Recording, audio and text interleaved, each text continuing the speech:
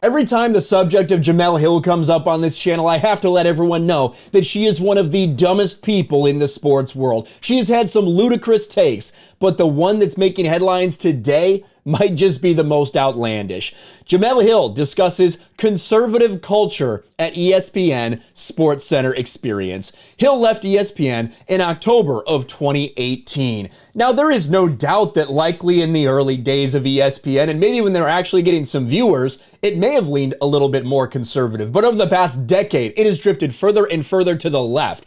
And anyone with two brain cells to rub together, that's very obvious too. But not Jemele Hill.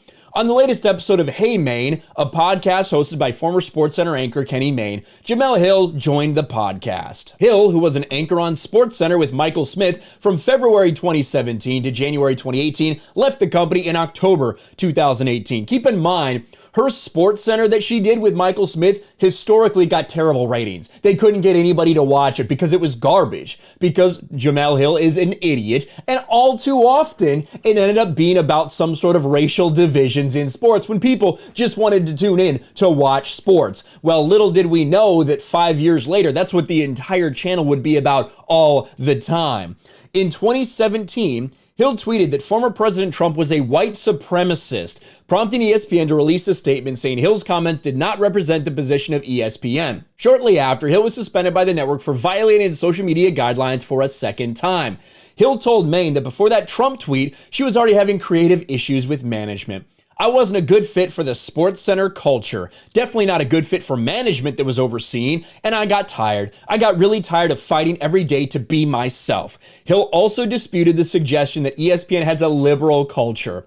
It's a conservative culture at ESPN, so this idea that ESPN is being run by flower children is just a lie. That's not how it is. It's the opposite, if anything, and you know that all too well.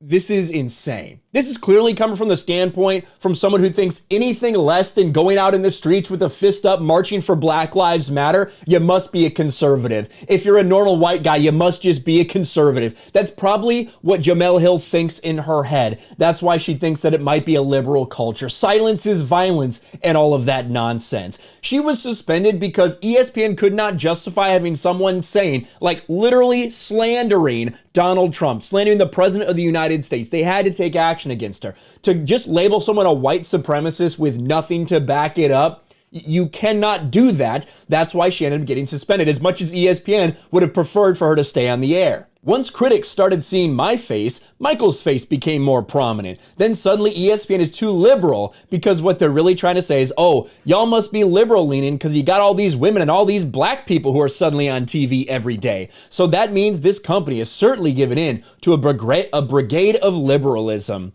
Yeah, I don't think that's really how most people think. I think you think that's how people think. If you see a black person, they must be a liberal. If you see a woman, they must be a liberal because that's what you think all of those people should be, Jemele Hill. This is insane. Literally criticizing ESPN for being too conservative. The fact is, nobody watched your dog shit show at ESPN, Jemele Hill, in the same way that no one watches anything you do. You get attention because you race bait, and people often will call you out on that. That's all you do. That's your entire existence. You continue to fail upward because you have the right politics. That's the bottom line. Let me know your thoughts in the comments below. Smash a like button, subscribe to the channel, ring the bell for notifications, share this video out there, and I'll talk to you later.